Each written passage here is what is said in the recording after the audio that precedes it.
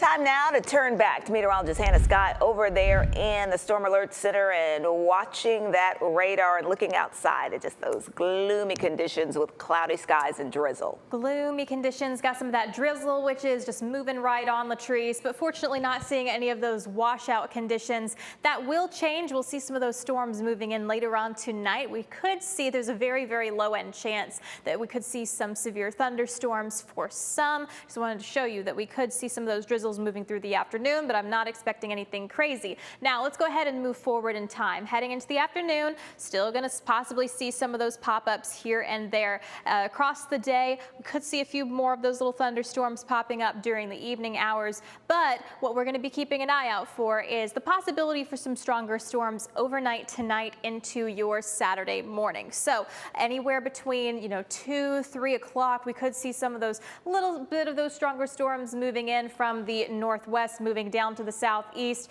This is just some of the time frame we're looking at. Around 5 o'clock in the morning, should be shifting out of our area by around 7 p.m. But while I'm really not expecting a lot out of this system here, it would definitely pay to just turn on your weather notifications just in case, because the Storm Prediction Center has issued a marginal level 1 out of 5 risk for severe weather, which does kind of split our counties in half here. So all the areas which are shaded in the dark green, there is a very low end risk to see all forms of severe weather, and that does include the low end possibility of an isolated spin up, but I'm really not seeing the parameters lining up for this, if I'm being completely honest. So very low end threat.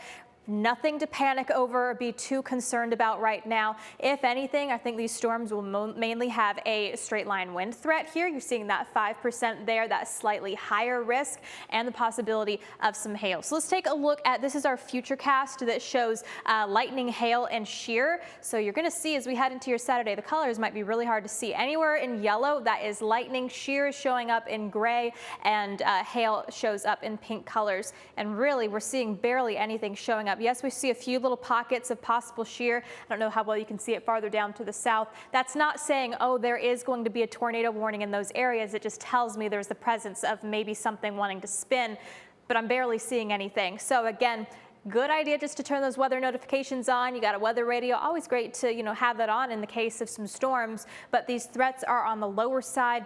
Most will probably be able to go to bed and not see anything move through, maybe just some rumbles of thunder and some of that heavier rainfall. But like I said, always pays to be prepared. Coming up next during our next full weather forecast during the next half hour, stay tuned for that. I'm going to go into the long range forecast about what to expect heading into Thanksgiving. You can see here again, we're going to be in alert mode overnight tonight into your Saturday morning. Remember, that time frame is specifically from around 2 o'clock to 7 o'clock. The rest of your Saturday afternoon is going to be nice and dry as things clear out. I'll have more during the next half hour, so stick with us. Back to you, Latrice. Okay, thank you.